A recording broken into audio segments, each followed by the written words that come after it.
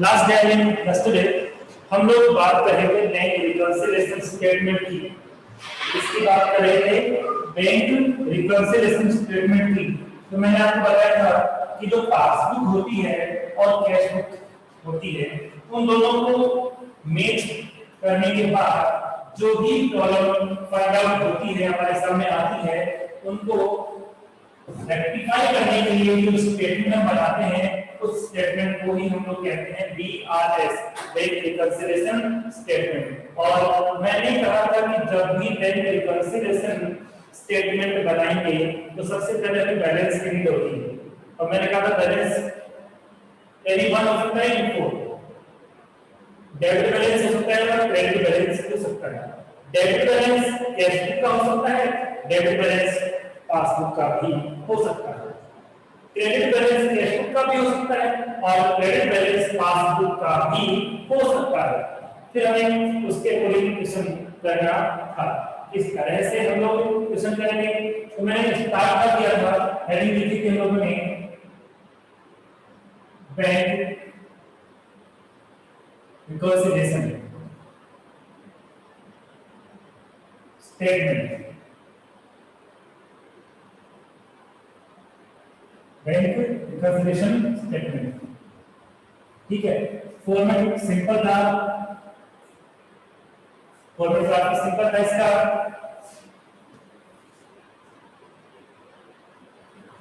Amount के दो column मैंने प्रिपेयर किए थे। अमाउंट के कितने कॉलम प्रिपेयर किए थे? 2 कॉलम मैंने इसके प्रिपेयर किए थे अमाउंट के।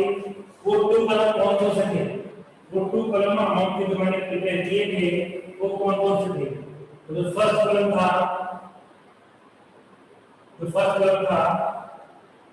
वो था टोटल का और नेक्स्ट जो था रिटेल का। क्या सही है चीज?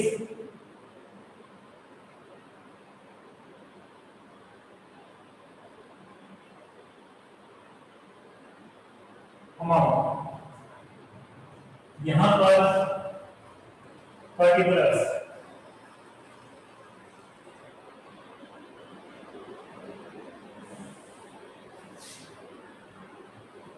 Retail and total. अब इसको स्टार्ट करते हैं स्टार्ट करके हम कौन से बैलेंस को बेस मान के इसको समझ रहे हैं। तो हम समझ रहे हैं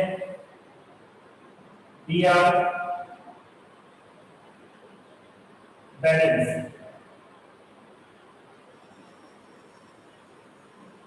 as per cash flow, as per cash flow.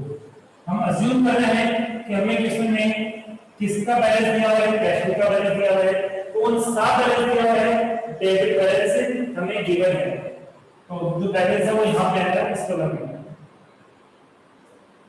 अब कुछ ट्रांजैक्शंस हमें ऐड करने हैं और कुछ हमें ट्रांजैक्शन लेस करने हैं। डेबिट बैलेंस में कौन से रूल्स अप्लाई करेंगे?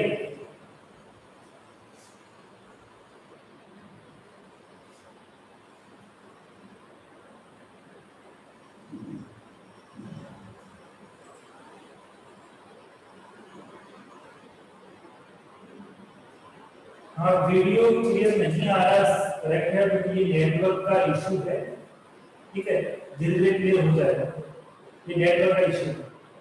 ओके, आप वॉइस को प्रॉपर वे में सुनने की कोशिश करो। ओके, हाँ, तो मैंने जब बात की थी डेबिट बैलेंस है, तो डेबिट बैलेंस के केस में कौन से रूल हमें अप्लाई करने हैं? पॉजिटिव करने हैं, I mean general rules apply करने हैं, या फिर हमें अपोजिट रूल्स अप्लाई करने हैं? सभी अप्लाई किया करो। अमूल का रिप्लाई आ गया, संजू का रिप्लाई आ गया, अदर स्टूडेंट्स का अभी कोई रिप्लाई मेरे पास नहीं आया।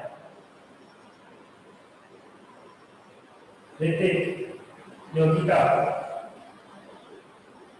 रिप्लाई करने की कंजूसी ना करें। मैंने कल बताया था डेबिट बैलेंस किसी का भी हो, हमें जनरल रूल्स अप्लाई करने हैं और क्रेडिट बैलेंस किसी का भी हो हमें। हाँ संजू मैं मान रहा हूँ इस बात को, कुछ दिखाई नहीं दे रहा तो मैंने कहा था इसका रीजन क्या है। इसका जो नेटवर्क है कभी करेक्ट आता है ऐसे कभी नहीं आता, जो नेटवर्क सही हो गया तो बता गया। क्वेश्चन रिपीट करता हूँ, जनरल रूल्स कब अप्लाई करते हैं, जनरल रूल्स कब अप्लाई करते हैं, ये मेरा क्वेश्चन है। डेबिट बैलेंस की कंडीशन में करते हैं या क्रेडिट बैलेंस की कंडीशन में हम लोग जनरल रूल्स अप्लाई करते हैं। तो मैंने कल आपको बताया था कि डेबिट बैलेंस के केस में ही हम लोग जनरल रूल्स अप्लाई करते हैं। रिपीट, डेबिट बैलेंस गिवन है कैश बुक का हो या पासबुक का हो, उस केस में ही हम लोग जनरल रूल्स अप्लाई करते हैं। बट क्रेडिट बैलेंस है तो रूल्स कौन से अप्लाई करेंगे, अपोजिट रूल्स। तो देखिए, तो मैंने कहा डेबिट बैलेंस में हम रूल्स अप्लाई करते हैं पॉजिटिव। पॉजिटिव का मतलब ये है बैंक के अकॉर्डिंग चलना है, बैंक को हमें फॉलो करना है। बैंक में अमाउंट एक्स्ट्रा है, अब मैं बढ़ा हुआ हम भी बढ़ाएंगे, बैंक में कम है हम भी कम करेंगे। ये बात जो है वो जनरल रूल्स की है। तो देखिए मैंने ट्रांजैक्शन लिखा था आपके सामने, first cheque issued but not yet presented for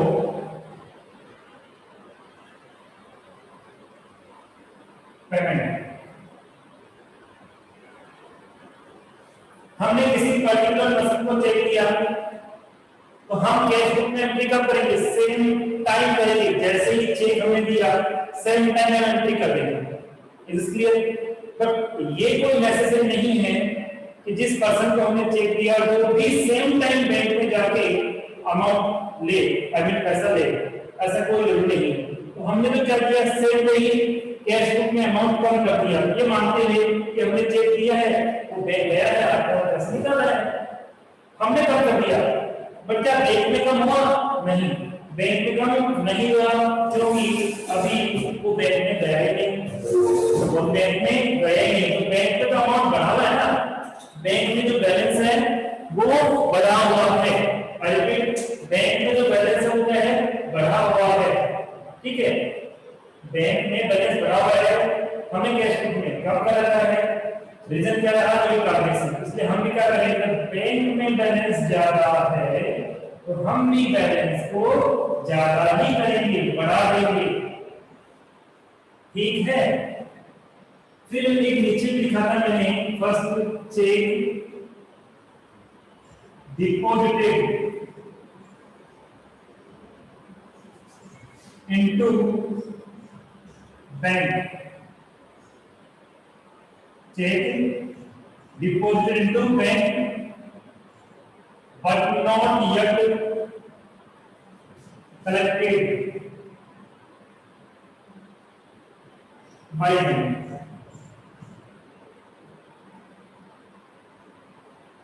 इसका मीनिंग ये हुआ, हमें किसी से चेक मिला था, हमें किसी से चेक मिला था, हमने उस चेक को सेम डे, जैसे ही चेक मिला सेम डे हमने उसको बैंक में डिपॉजिट करा दिया। तो हमने क्या सोचा, क्या जो चेक का अमाउंट है वो हमारे अकाउंट में डिपॉजिट हो गया होगा और बैंक का बैलेंस बढ़ गया होगा। बट क्या हुआ, सपोज संडे आ गया या कोई नेशनल हॉलिडे आ गई या कोई बैंक इशू का कुछ इशू आ गया, बैंक ने तो अभी तक उसको हमारे अकाउंट में डिपॉजिट किया ही नहीं है, तो वहां तो बैलेंस बढ़ा ही नहीं है, हमने उसको अप कर दिया है। तो जब वहां पे बैलेंस कम है तो हम भी बैलेंस को कम ही करेंगे क्योंकि अभी तक डिपॉजिट नहीं हुआ है। क्या ये दोनों बातें आपकी समझ में आ रही है? जल्दी से रिप्लाई करके बताइए, क्या ये दोनों बातें आपकी समझ में आ आगे ये जल्दी से बताइए। अकॉर्डिंग टू बैंक सारे लोग सप्लाई करना है, वहां बैलेंस ज्यादा है तो हमें भी ज्यादा करना है, वहां कम है तो हमें भी कम करना है। बाकी मैंने कहा ऑलवेज कहता है प्रैक्टिकल क्वेश्चन करते हैं पूरा समझ में आ जाता है। चलो और ट्रांजैक्शन देखते हैं। अब मैं यहाँ कोड ट्रांजैक्शन लिख रहा हूँ। अमाउंट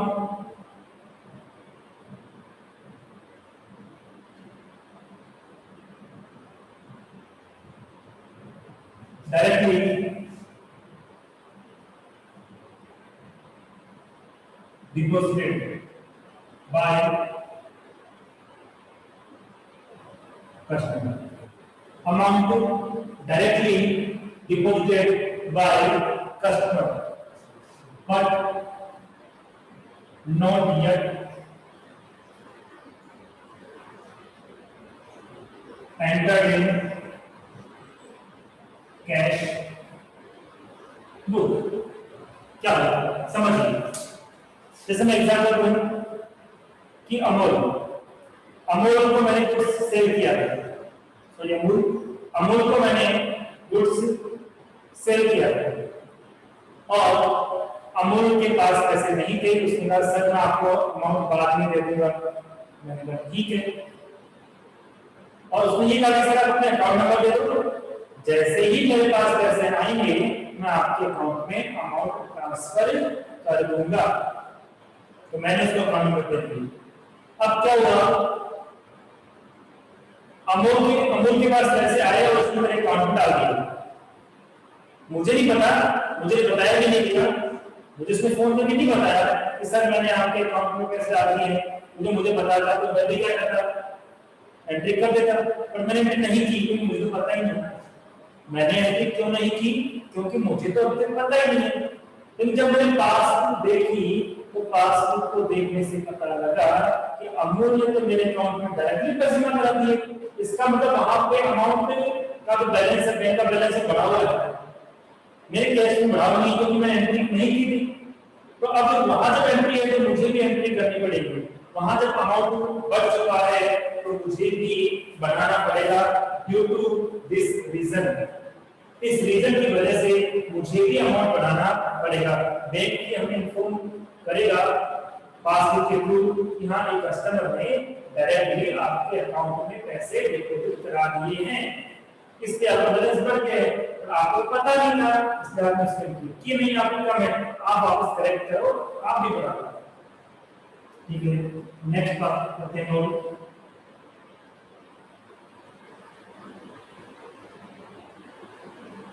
एक्सपेंसेस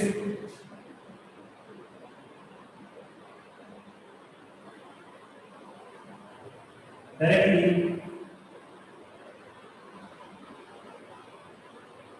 paid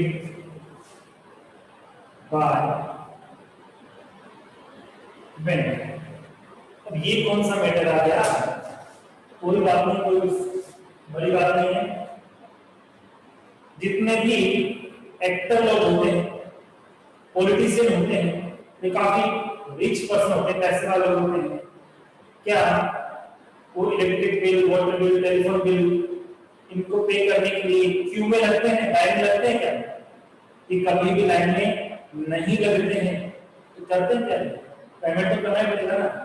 ये क्या करते हैं, इलेक्ट्रिक कंपनी को के पास जाते हैं, एक फॉर्म भरते हैं और उनको कहते हैं कि फ्यूचर में जो भी बिजली का बिल, पानी का बिल, जो बिल आया हमें हमारे घर पे मत भेजना, हमारे घर पे मत भेजना, सीधे पैसा कहां से निकाल लेना, हमारे अकाउंट से निकाल लेना। तो हमने फॉर्म भर दिया।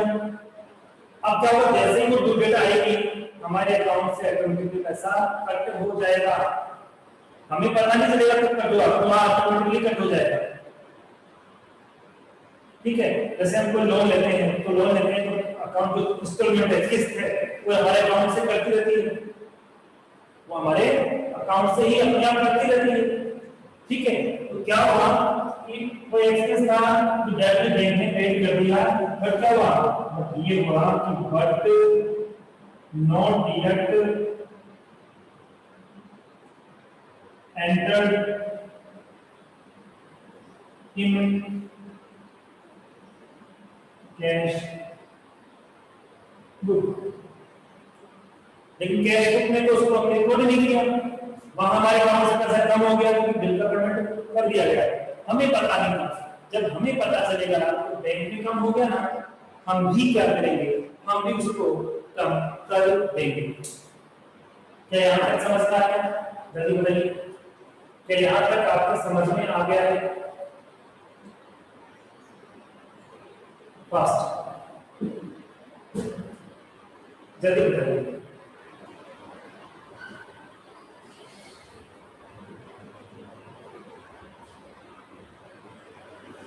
योगिता बड़ी सिंपल चीजें हैं, प्रैक्टिकल क्वेश्चन के साथ जब रिलेट करेंगे तो कंप्लीटली समझ में आ जाएगा आपको। अपने आप को भी कम मत मानना और अपने रखना, कितना जानना बैंक को फॉलो करना है, वहां ज्यादा हम भी ज्यादा करेंगे, वहां कम है तो हम भी कम करेंगे। और देखिए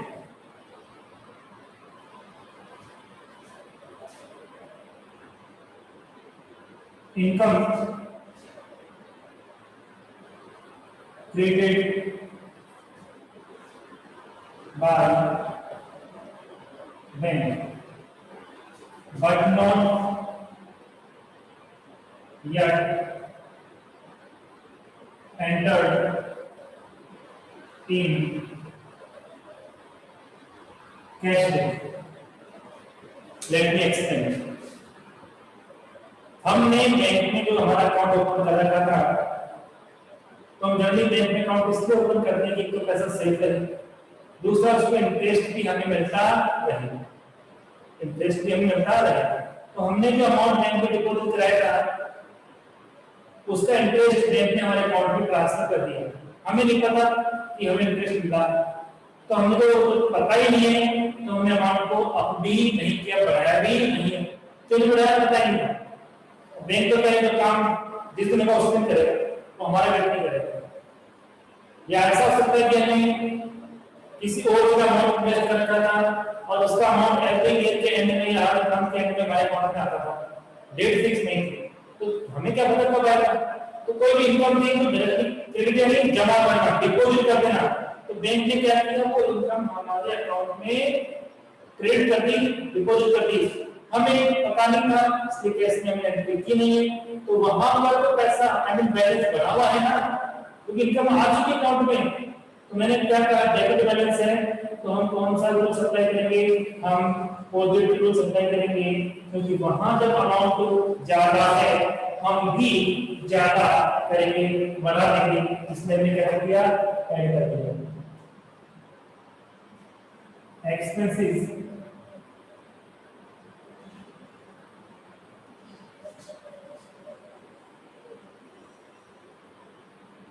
debited by bank but not yet entered in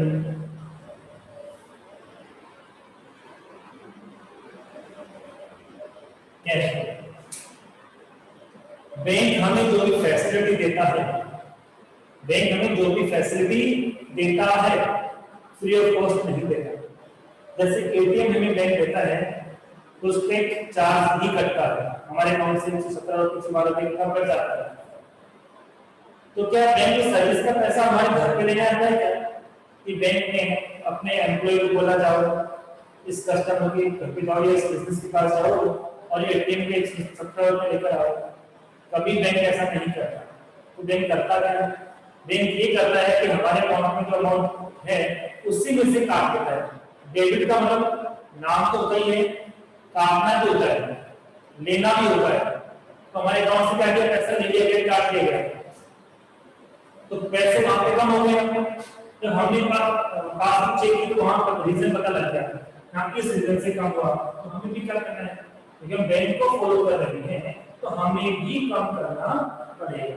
इसलिए हम इसको कम इतना हो जाएगा। अब बाकी जो है इन्हीं में मिलते जुलते ट्रांजेक्शंस आएंगे। अब करना क्या है, फर्स्ट ट्रांजेक्शन हो गया, सेकंड हो गया, थर्ड हो गया, इनका टोटल पहले यहाँ आएगा, इनका टोटल पहले यहाँ पे आएगा। इस लाइन को मैं आगे बढ़ा देता हूँ। अब ये यहाँ पे इनका टोटल यहाँ पे आएगा, इनका टोटल तीनों का आपको यहाँ पे आएगा, इसमें इसका टोटल ऐड करने के बाद यहाँ आ जाएगा। आई रिपीट, इनका टोटल कहाँ आएगा, यहाँ आएगा। यार इनके बाद ऊपर वाली वैल्यू में इसको सम करके टोटल करके नीचे लिख देंगे। अब इसका यहाँ पे, इसका यहाँ पे, इनका भी टोटल आएगा, यहाँ आ जाएगा, इनका टोटल भी यहाँ आ जाएगा। पर यहाँ तो दोनों ऐड, इसलिए इसने इसको ऐड किया, और यहाँ क्या आएगा लेस, मतलब जो हमें अमाउंट यहाँ मिला था ऐड करने के बाद, उसमें से इस अमाउंट को हम लोग क्या कर देंगे, लेस कर देंगे, और वो अमाउंट यहाँ आएगा। ठीक है, और यही अमाउंट अपना आंसर भी होगा। बट इस लाइन, इस आंसर के साथ लैंग्वेज क्या लिखनी है, ऊपर क्या लिखा है, debit balance of cash flow. तो आपको जो करना है, ऊपर डेबिट बैलेंस लिखा हुआ है, तो नीचे क्या लिखेंगे, क्रेडिट बैलेंस ऑफ, यहाँ डेबिट बैलेंस था, यहाँ लिखते हैं क्रेडिट बैलेंस को रिवर्स कर दिया ना, लेकिन केवल बैलेंस को ही रिवर्स नहीं करना है, बैलेंस के साथ साथ हमें बुक को भी चेंज करना है, CR balance of pass book. इस तरह से ये अपना क्वेश्चन कंप्लीट हो गया, आई मीन नोट्स कंप्लीट हो गए। अब हम की प्रैक्टिस करेंगे। तो क्या बेसिकली आपका कांसेप्ट समझ में आ गया? मैं अभी बात कर रहा हूँ 10% की, 100% तब होगा जब हम 1 by 1 प्रैक्टिकल जो न्यूमेरिकल क्वेश्चन से वो करेंगे। यहाँ तक आपके समझ में आ गया है? बताइए, यहाँ तक आपको समझ में आ गया है? इंग्लिश में ही लिखना है, हिंदी में नहीं लिखना है, सिंपल वर्ड्स में आपको मैंने आपको लिखे हैं जो आप यूज कर सकते हो। मैंने कुछ एग्जाम्पल दिए, और भी हो सकते हैं। आपको तो याद ये ध्यान में रखना है कि बैंक में किसी रीजन से अमाउंट ज्यादा है तो वो रीजन आपको क्वेश्चन दिया गया होगा, तो हम भी क्या करेंगे, अब करेंगे तो उस रीजन को बोल देना। किसी रीजन से बैंक में, किसी रीजन से बैंक में अमाउंट कम है, किसी रीजन से बैंक में अमाउंट कम है, तो हम भी क्या कर देंगे, कम कर देंगे। ठीक है, इस कांसेप्ट के ऊपर हमें ये काम करना है। तो सबसे पहले काम करना है, छोटा सा बोलूंगा कि आपको सेंटेंस को लर्न करना है, समझना है, समझ के लर्न करना है, लर्न इन सेंटेंस को समझ के लर्न करना है ताकि आपको आराम से समझ में आ सके, कोई दिक्कत ना आए। तो जब मैं न्यूमेरिकल कराऊंगा तो सबके स्ट्रॉन्गली समझ में आएगा। तो मैं फिर से बात करूंगा कि जब भी हम लोग बीआरएस बनाते हैं, ऋतिक ध्यान दो, जब भी बैंक रिकंसिलिएशन स्टेटमेंट बनाते हैं तो हमें बैलेंस की सबसे पहले जरूरत होती है, नीड होती है। किसकी नीड सबसे पहले होती है? बैलेंस की। और बैलेंस के अकॉर्डिंग ही रूल्स को अप्लाई करना पड़ता है। तो मैंने कल की वीडियो में बताया था कि डेबिट बैलेंस हो, चाहे वो कैश बुक का हो, चाहे वो पासबुक का हो, किसी का भी डेबिट बैलेंस हो, उस कंडीशन में हमें हमेशा जनरल रूल्स अप्लाई करने हैं, मतलब बैंक के अकॉर्डिंग चलना है। वहां हमारा बैलेंस बढ़ा हुआ है किसी रीजन से, तो हमें भी क्या करना है, अब ही करना है, बनाना ही है। और यदि वहां किसी रीजन से अपना बैलेंस कम है, बैंक बैलेंस कम है, तो हमें भी उस बैलेंस को कम ही करना है कैश बुक में। हमें कुछ नहीं करना, बैंक को फॉलो करना है, फिनिश। कब करना है ऐसा? जब डेबिट बैलेंस होता है। बट सपोज क्वेश्चन में डेबिट बैलेंस ना हो, क्वेश्चन में क्रेडिट बैलेंस हो, तो हम सारा सिस्टम रिवर्स कर देंगे। जैसे किसी रीजन से पता चला कि बैंक में बैलेंस ज्यादा है, बढ़ा हुआ है, तो क्रेडिट बैलेंस होने की कंडीशन में अब हम उसको अप नहीं करेंगे, बढ़ाएंगे नहीं बल्कि हम इसका रिवर्स चलेंगे, आइटम्स को कम कर देंगे। और बैंक में कम है हम कम नहीं करेंगे, हम उसको प्लस करेंगे, ऐड करेंगे। लेकिन सबसे पहले आपको ये रीजन का पता होना जरूरी है, ऐसे कौन कौन से रीजन है जिनकी वजह से डिफरेंस आता है। ठीक है, तो रीजन भी आपको पता है तो कहीं कोई प्रॉब्लम आपको नहीं आएगी, और रीजन का नहीं पता तो आपको प्रॉब्लम आ सकती है। तो मैंने आपको कल के और आज के वीडियो में हमने काफी स्टोरी समझा है, तो इन्हीं बातों को समझा है। ठीक है, तो आपको ध्यान देना है कि प्रॉपर वे में। अब मैं कुछ आपको और बातें समझा देता हूँ, अब मैं कुछ आपको और बातें समझा देता हूँ, तो बड़े ध्यान से आप सुनना और समझना।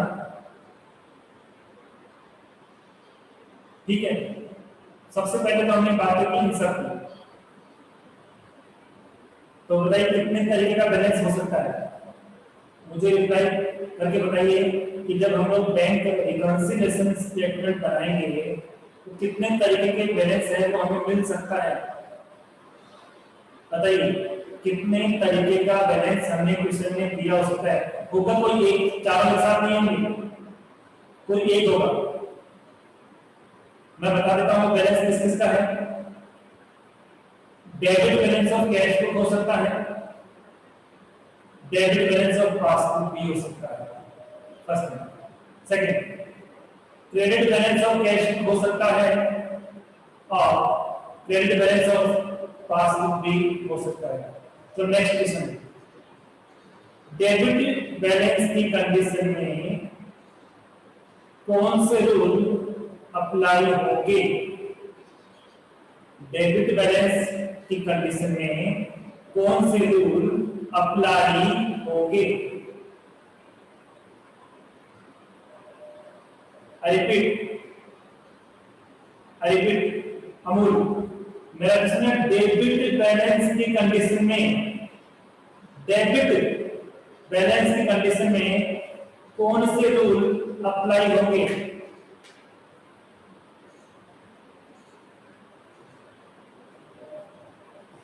बताइए।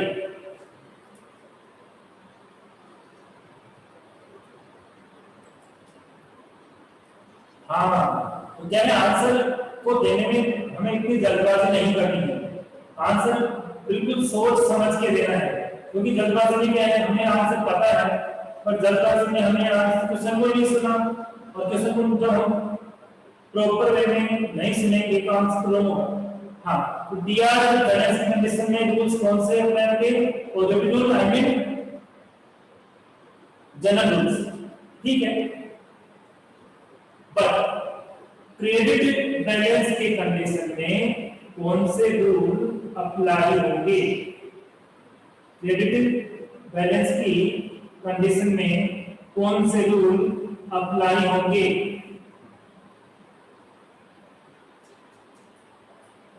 Very good, very good.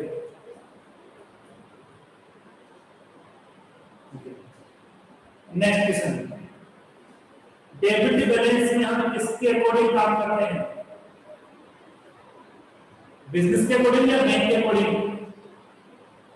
Debit balance condition में किसको फॉलो करते हैं, किसके अकॉर्डिंग वर्क किया जाता है।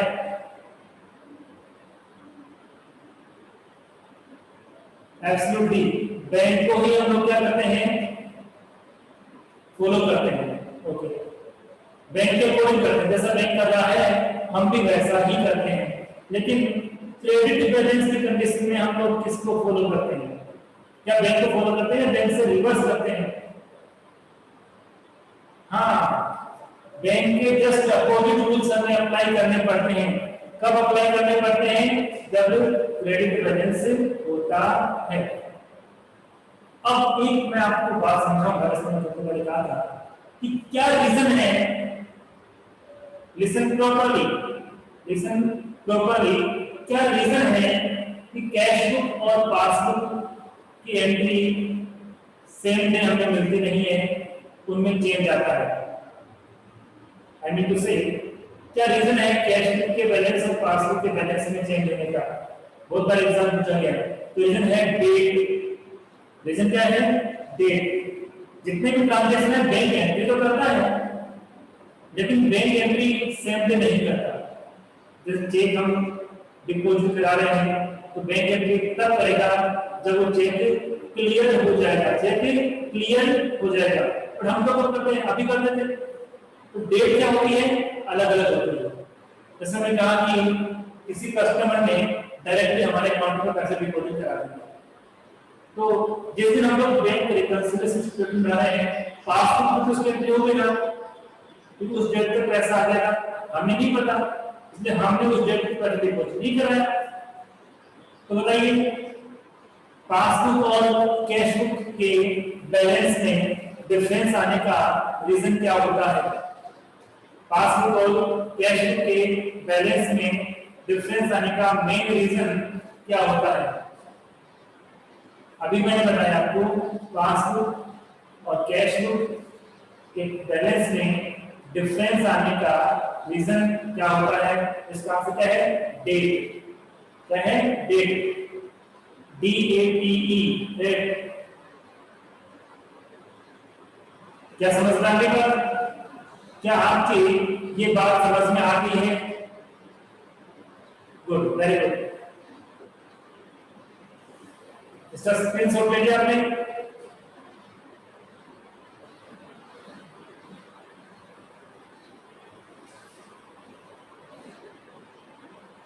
ओके, क्या इतने से कम टाइम में क्वेश्चन नहीं कर पाएंगे, बाकी हम लोग कल पढ़ेंगे। आप इसको पढ़ के आना, इस सेट में लास्ट 2 वीडियोस में जो मैंने पढ़ाया है वो प्रॉपर्ली सभी पढ़ के आना, ताकि आपकी जल्दी से समझ में आ जाए। Okay, thank you so much.